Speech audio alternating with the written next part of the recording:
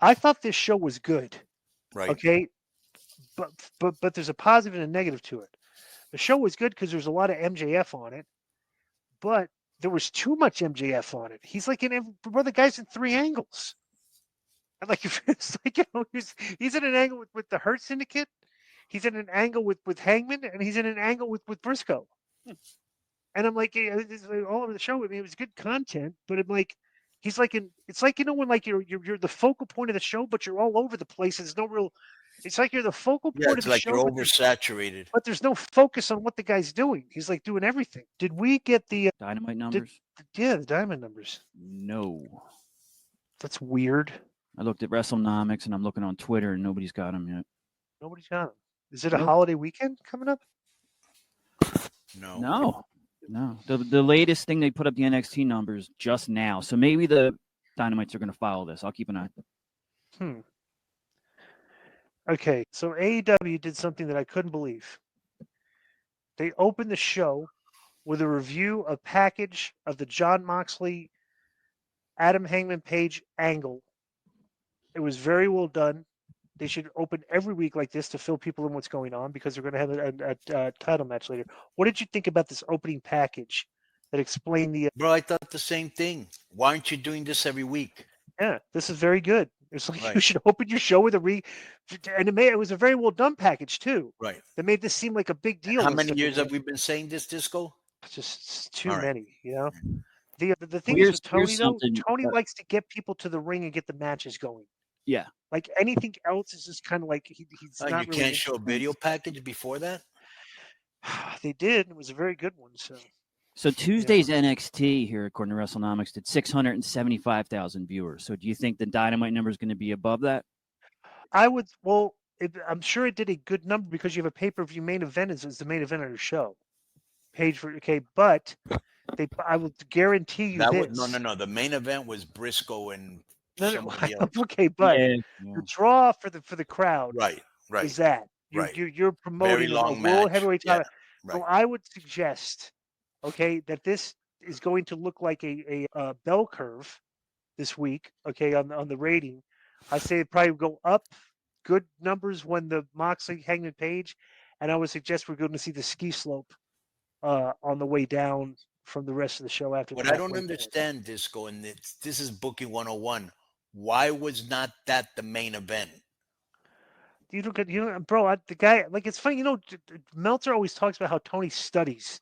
Right, dude. The guy hasn't even figured out what a main event is yet, and he's been booking the show for 5 years. Your best match is your last match. Right. That's the draw. The main event is supposed to be your last segment is supposed to ultimately be your draw for your show because you want to keep people tuned up until the last segment, and it was something they can watch. But I don't know. It's just so weird. They have the Young Bucks against the Outrunners. Oh, this was so goofy too. Okay, the Young Bucks were so that they're because they're not EVPs anymore. It's like the gimmick is they're trying to treat them like jobbers. Right. So they were in the ring. They didn't give them a name, and the crowd chanted jobbers at them. Okay, so they got like the enhancement talent introduction. Okay, so they wrestled the Outrunners. These Outrunners wrestle a good old school style. Right. But and it's kind of weird because the problem with the Young Bucks is they shine too much on their opponents before they start doing the old what do you want to call it, the Midnight Express stuff where they're accidentally like you're holding the opponent, you go for the super kick, he moves out of the way, you kick your partner, just like those things. They don't do enough of that heelish stuff during the match. It's like they shine. It's like an old school wrestling match would have been like these guys like the Young Bucks trying to do stuff on these Outrunner guys and constantly screwing up, but they get on these guys, and it's like they're getting heat on the baby faces the first part of the match. Then the baby faces get their shine, and then the Bucks. I don't know. It's very weird. But they went 14 minutes, and of course the Young Bucks won. After the match, Okada came out and joined them in their celebration, and they were very unimpressive beatdown on the Outrunners until Swerve came out and cleared the ring, and he went up top and hit a double stomp on the floor on all three heels. So Swerve came out and had saved the baby faces, but this was I don't know. This is kind of very awkward because Okada came out to celebrate, and the Outrunners were still in the ring selling, like they didn't roll to the floor or anything. I don't know. What did you think of this? I like the match. The Outrunners always have good matches. They're easy to work with. And they're over. You're right. And they've had good matches with FTR. And now they had a good match with the Young Bucks. I like how when the Young Bucks came out and it just said like talented name, Right. on their graphic. So Renee Paquette interviews Mark Briscoe backstage. Okay, and Briscoe asked if she knew where MJF was. Then Ricochet showed up with his boys, Bishop Gaun and Toa Leona. Right. They look cool. Okay. Then Ricochet told Briscoe he should worry about them rather than MJF, or they would send him packing in a coat of his own blood, just as he did at AEW Revolution. Then Briscoe said he's a whole different animal than he was at Revolution, and Briscoe said he's on the warpath and will whoop Ricochet's. Then Briscoe looked into the camera and started cutting a promo on MJF. But Leona stopped him and told him to show some respect, and Ricochet told Briscoe he'd see him later and called him a loser. Bro, I did not like this because it's like, Ricochet's faction, these guys look pretty like decent sized guys. Like Briscoe's expression, like never showed any fear, anything. It's just like, he actually dismissed these guys. It should have been a more like intimidating situation when they rolled up on him. What do you think about that? I agree. I agree. That, bro, it's kind of weird that they're really investing a lot in Mark Briscoe. He's over with the fans, bro, and he's probably over with Tony. So MGF is in the hallway in front. Bro, this is bad, okay? Because they keep going backstage, and the building that they're in is a dump. Like the Hurt Syndicate was in a room, and the door was filthy and broken. Did you see that? Yes. I'm like, I was going to bring that up, and you bought right? It's like, so they're in a dumpy building. Okay, the Hurt Syndicate's in a room that looks like it could be a closet because the door's broken and paint's it's like, I don't know. So then he wanted to talk about. He wanted Sheldon comes out and answered the door. He came outside, and he said he and MVP could start to strategize. And Benjamin said MVP wasn't there because he's disgusted with MJF. And Benjamin brought up Lashley and asked MVP if he had the time. Then MJF said no because he gave Benjamin his watch. And Benjamin pulled out the watch and said it might be said it might be the nicest watch he's ever seen coming from Temu. Benjamin asked if MJF thinks he's so stupid he doesn't know the difference between a Rolex and a cheap knockoff. And Benjamin said because the watch, they've been on MJF the entire time. Benjamin said the only reason they didn't take out MJF months ago is because MVP stuck his neck out for him. And then Benjamin tossed the watch at MJF and gave him a thumbs down and said, "You're out of the Hurt Syndicate." So I don't know. Well, that's 2 weeks in a row they kick him out. It's like, what's going on?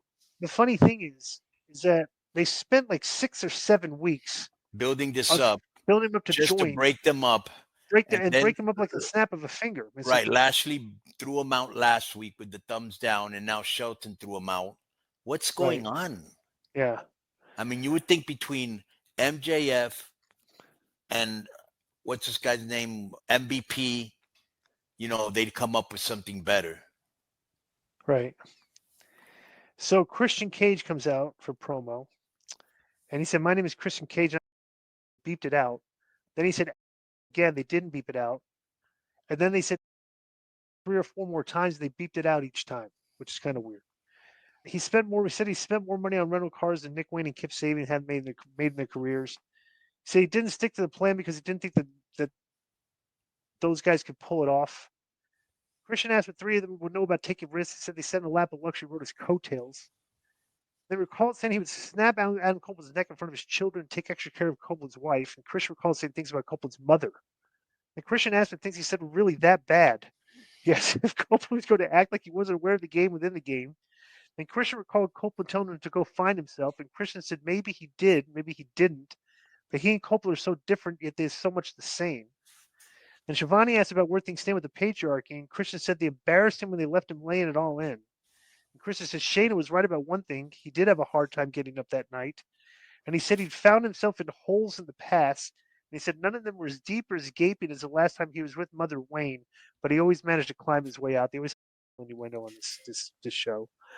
Then Christian spoke of the trio being entitled because of him, and he said he always answered the bell for things he said.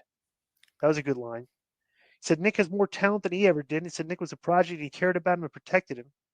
He said Nick had the audacity to refer to himself as a new face of AEW now and forever, and said Nick has all the tools to be that, but you have to go through him to get there. So Christian said Nick is one dead father, now a father who is dead to him, meaning himself.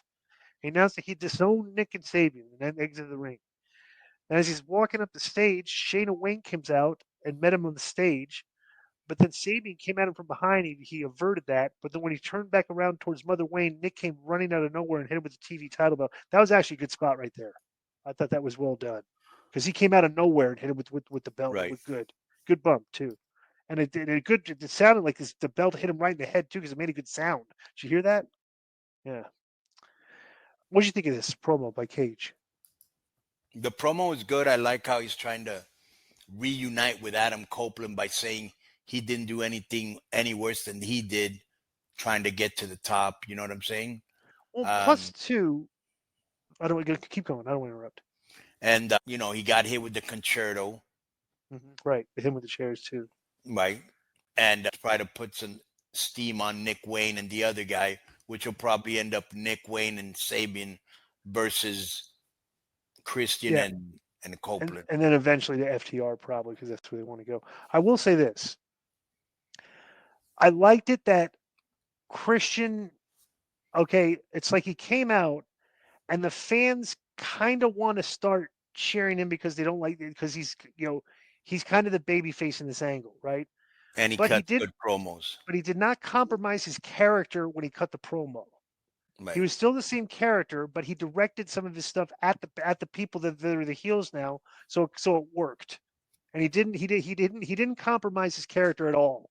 You know what I'm saying? He basically said that was just the promo. Buddy goes up, Buddy said, "I always answer the bell for but things you're I no say." better than me. But he's also saying Copeland's no better than him because he did a lot of shady to try to get to the top. Right, exactly. Like you're no better, right? It made the promo made very good sense. Yes, very good, very good promo. And it's funny too because he was he hadn't cut a long promo in a while, and he was getting very passionate when he was speaking. Almost stumbled on his words a couple times. You notice that? But he's very smart. When he would catch himself losing his train of thought, he would stop and look at the crowd and say, "I'm conducting business." Right. Very cool. You know what I'm saying? So he just committed just a kind of a just a master promo storytelling. Yeah. Konnan is the world's most trusted betting platform and your number one source for all your sports betting action. Baseball season is in full swing, and we're into the home stretch for NBA and NHL playoffs. And there's more ways to stay in on the action with the latest odds, news and scores, even live in-game betting while the games are being played.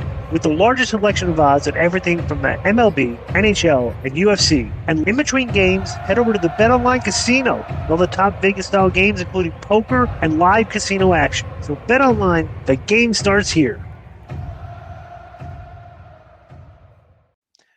So then they go to the Hangman Page versus Moxley. So the teams are banned from ringside. Right. So they got security at ringside, okay, to make sure the teams come in. So I like their band, but everybody got involved. That's what I'm saying. So, I mean, this is a little nitpicky, but they're banned from ringside. So when they came to ringside, you would think they should have just rang the bell and just awarded the match to Hangman, but the security chased them out.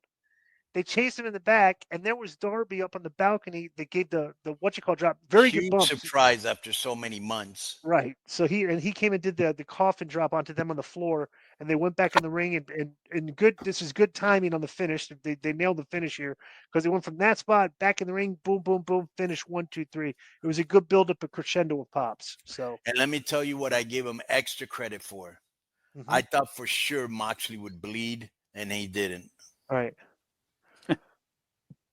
Yeah, you know what? Honestly, I'll be honest with you, bro. They're in that arena, and it just looks kind of very indie-ish and like old ECW type arenas, everything. Right. And I think if they have blood on this show, in that kind of environment, I think the visual would be really amateurish. You know what I'm saying? Did you agree with that? Yep. Yeah. I also like the power driver Moxley did on the steps right before they went to commercial break. That looked good. Yeah.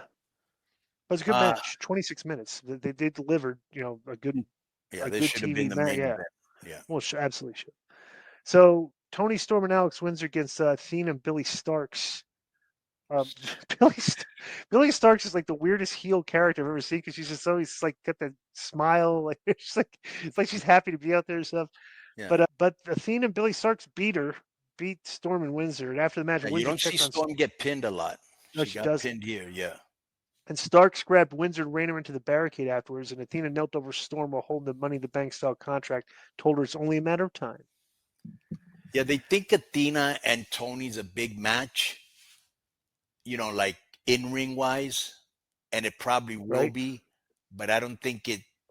What happened to Monet, by the way? That's not a bad idea to take her off TV for a few weeks after she loses. All right. Then she could probably come back and with an attack out of nowhere, and you get her. It's not a bad idea.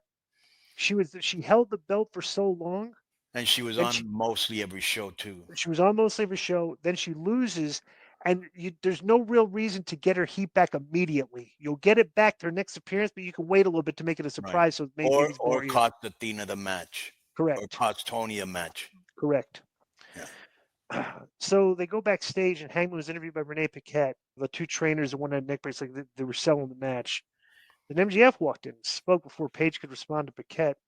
MJF congratulated Paige and called him the folk hero, the main character. And MJF said the last time he checked, though, heroes don't stab people in the head with forks. MJF recalled Paige of calling him a coward. MJF said Paige is a real coward because he won't defend the title against him unless he cashes in the title shot he earned by winning the Casino Gauntlet. MJF said he remembered the days when AEW had a real fighting champion in Swerve. Paige called MJF on trying to goad him into giving him a title shot. Paige told MJF he wanted a title shot, he needed to fight Mark Briscoe. MJF said it was just a bunch of hicks from the sticks sticking together, and Paige said he didn't see the Hurt Syndicate, so he didn't see what was stopping him from beating MJF. Then MJF left the room, and Paige called him a coward. What did you think of this? Well, the main thing that, what's this guy's name? Cowboy is saying is, I'm not going to give you a match just because you want one. You're going to have to earn it. And one of the ways you're going to have to earn it is to go through Briscoe. So obviously that's the match that they're going to put in the future. And I'm pretty sure MJF is going to win. So they do a Briscoe against MJF.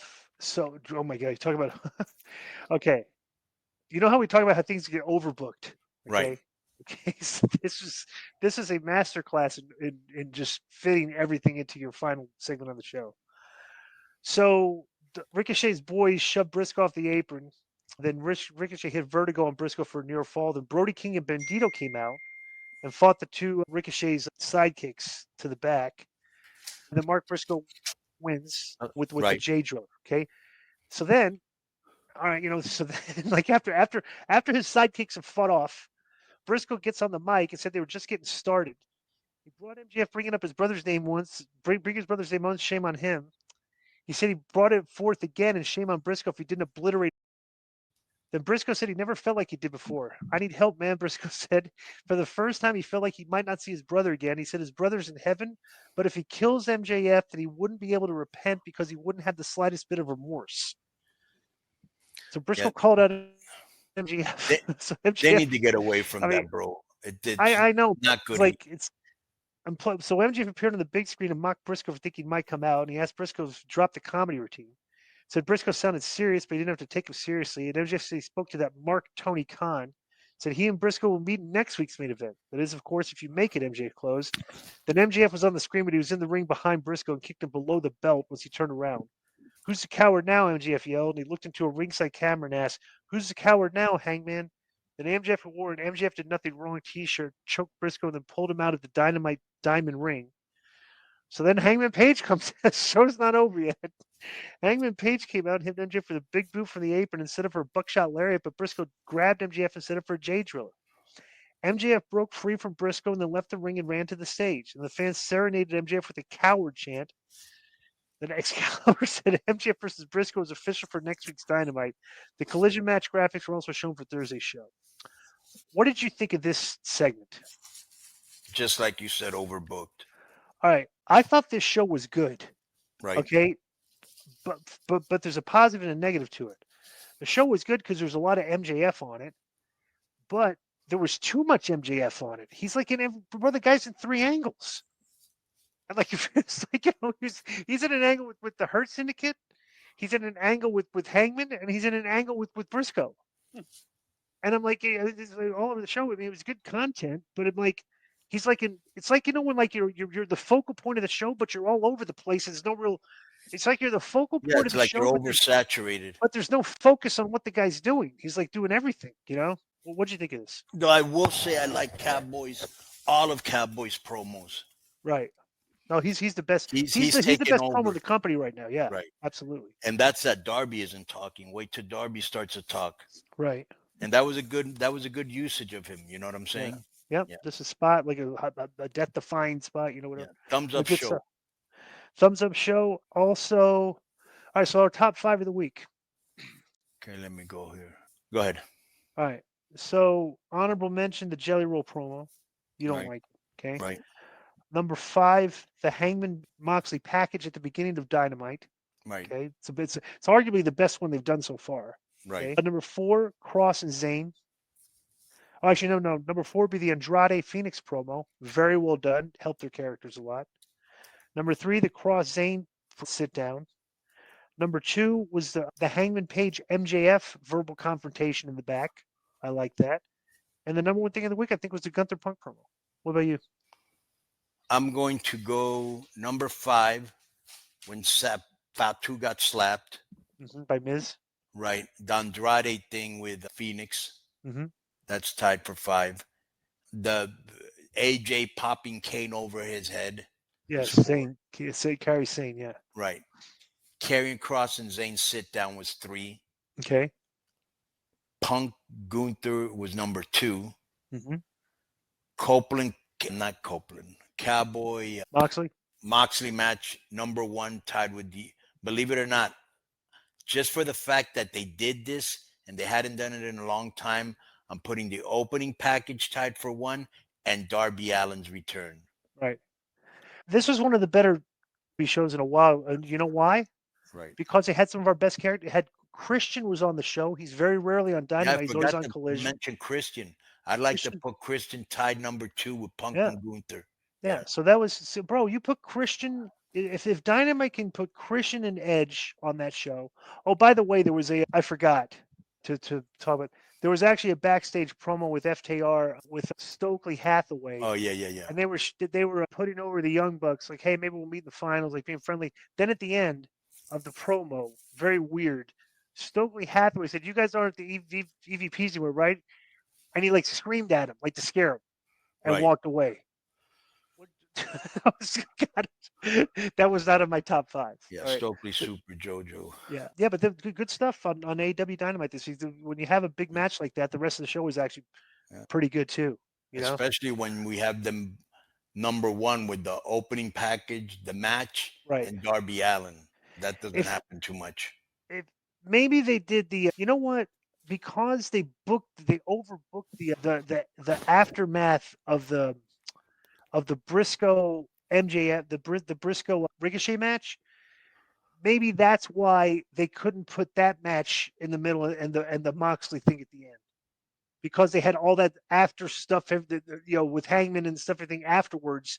So they had to have that match earlier, which is silly. You could have saved all the that. Numbers still haven't come out, Joe. Nope. Just looked. I was hoping we could get him before we ended here, but all right. Yo, what's up? I just want to thank you guys for watching this clip. Don't forget to hit the like button, leave a comment, and subscribe. And join our YouTube membership for hours and hours of exclusive, unedited, uncensored content. And being a member will help you get involved in our upcoming live streams. Thank you for your support. Thank you for riding with us. I know you got a lot of other podcast choices, be it wrestling or other ones. And thank you for picking us. Boom.